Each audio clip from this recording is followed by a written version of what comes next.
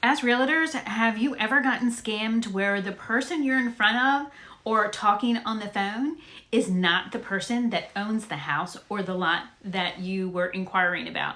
Well, that happened to me and that happened yesterday.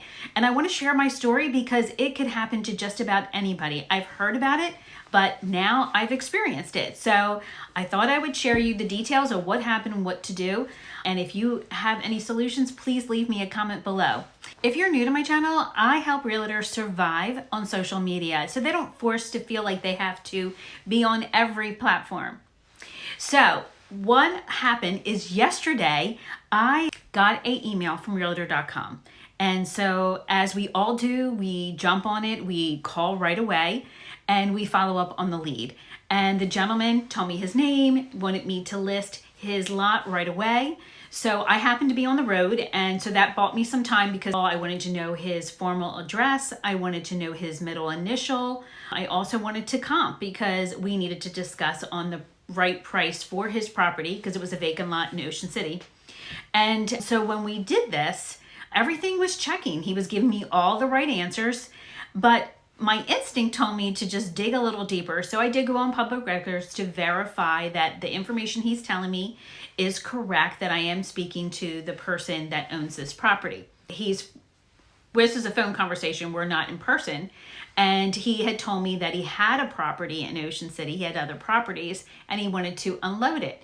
So, in Ocean City, it's not uncommon to have a house and have a lot right next to it. And then you decide, well, I wanted the space originally, but now it's okay. I think I'm going to sell it, get the money, and invest it in something else. It's very common, so I didn't really question it.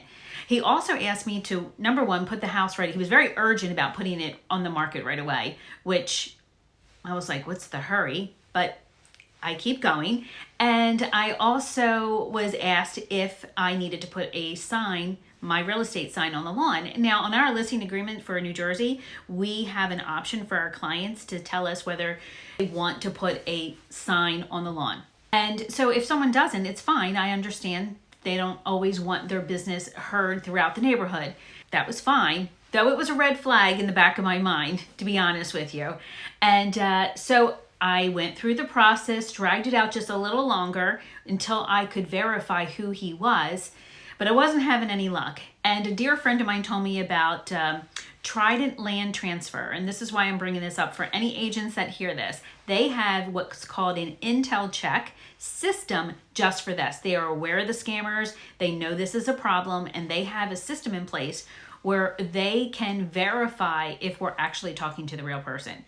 So normally in any transaction, once the contracts are signed, we move on to setting up title, collecting escrow, and so forth. So I immediately started the email to send the contract and to give Roseanne a call over at Trident Land Transfer.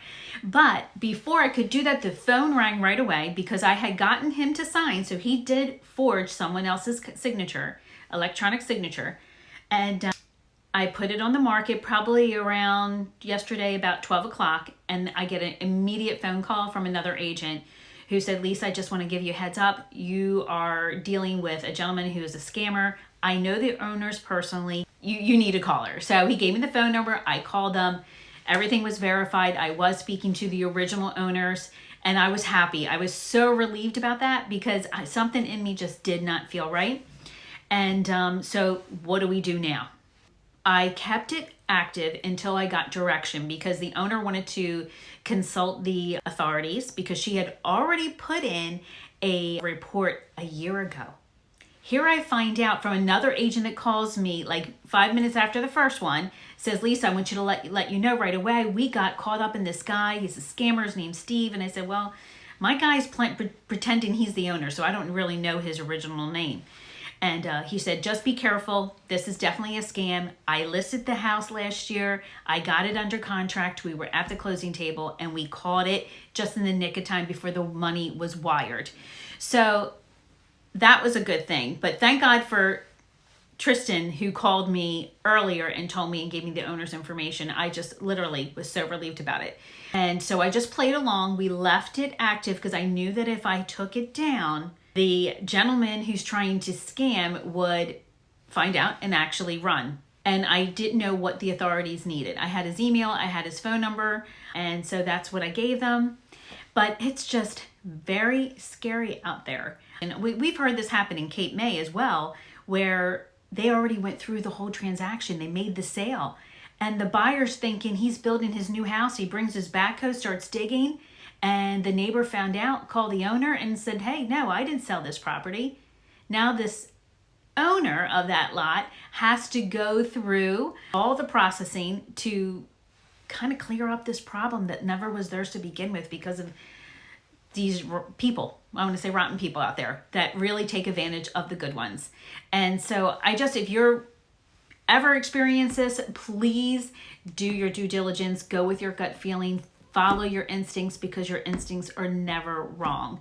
So what do you do in this case? Do you ask them for their license? I mean, clearly they're that good, they can make a fake ID.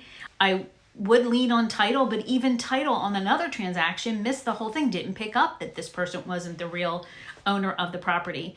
So I did come up with one idea that I think I want to share with all you guys, and I didn't have to get to this point, but I knew the owner's address in Pennsylvania.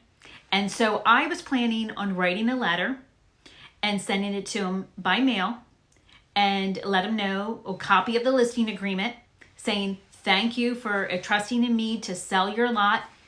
And if it wasn't that person, they're going to say, sell my lot. They're going to call me and they're going to be angry. And then I'll know that this is a scam because scammers wouldn't expect someone to go to that degree. And that's the only way I could think of.